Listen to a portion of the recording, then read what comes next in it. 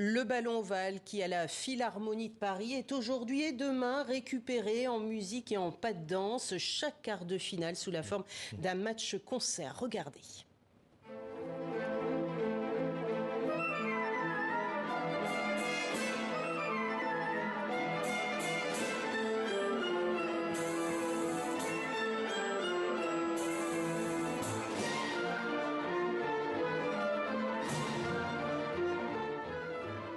C'est absolument génial. Bonjour Mourad Merzouki. Alors ce ballet est mis en scène par vous. Vous êtes chorégraphe avec l'orchestre Divertimento que l'on a entendu. Expliquez-nous comment est né ce projet fabuleux.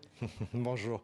C'est un vrai défi à chaque fois. Je viens pas du tout du monde du rugby. Je connais peu l'univers des orchestres. Et là, l'enjeu, c'était de faire dialoguer ces mondes, le sport, la danse et la musique classique. Et c'est formidable parce que ça nous sort de notre zone de confort pour inventer un projet qui s'adresse à tous les publics. Et justement, comment a réagi votre compagnie, Kefig, à l'annonce de ce projet? Il y a eu une excitation, un étonnement, une application tout simplement? C'est toujours une excitation parce qu'à chaque projet, on se rend compte que finalement le dialogue est possible malgré nos différences. Avec Zaya par exemple et son grand orchestre, c'était formidable de pouvoir comme ça imaginer le mouvement, le corps, la chorégraphie portée comme ça par une musique en live. Et ça c'est une expérience qui est tellement rare. Donc oui, on y va. Ce sont des gestes que vous connaissiez ou pas? Parce que vous me dites... Le rugby, c'est pas tout à fait mon truc, donc vous n'avez pas forcément visionné, comme certains en régie, aujourd'hui à TV5 Monde, des milliers de matchs de rugby. Vous avez dû vous intéresser à la chose, du coup. Oui, effectivement, mais c'est ce qui est aussi intéressant, encore une fois, ces projets, ça nous invite à être curieux, ça nous invite à aller voir autre chose de ce qu'on a l'habitude de voir. Et donc le rugby, je ne connaissais absolument rien, et donc là, c'est plutôt... Je me suis inspiré de ce que j'ai... Ça vous a amusé? Ça m'a amusé, mais en même temps, j'ose espérer qu'un projet comme celui-là pourrait intéresser des sportifs à venir voir de la danse, à écouter de la musique.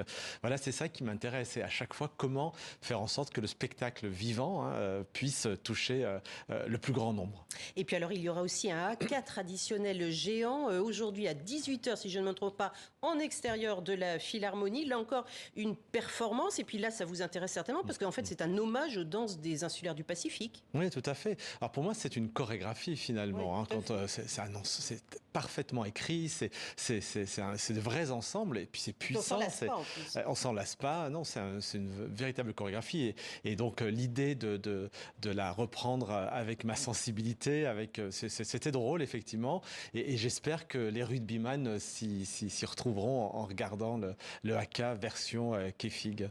Alors justement, à un an des Jeux Olympiques de Paris, ça ne vous a pas donné envie, ou en tout cas ça ne vous a pas inspiré sur une mise en scène d'un autre sport par exemple qui vous intéresserait aussi au niveau des gestes à reproduire au niveau de la danse? Alors, je travaille actuellement avec l'équipe de France de natation synchronisée. Je fais la chorégraphie pour les nageuses. Donc là aussi, je suis absolument pas nageur, mais c'est intéressant. Mais ce que je retiens de ces rendez-vous, c'est que finalement, de plus en plus, en fait, les uns et les autres essayent de connecter les mondes, essayent de proposer des projets transversaux, et je trouve ça extrêmement intéressant. C'est toute la force de l'art et de la culture. Complètement. Effectivement. Merci beaucoup Mourad Merzouki, et ce sont des choses à voir, des spectacles à voir, des performances à la Philharmonie tout au long du week-end, entièrement consacré donc au rugby. Donc il n'y en a pas uniquement devant vos postes de télévision. Merci beaucoup.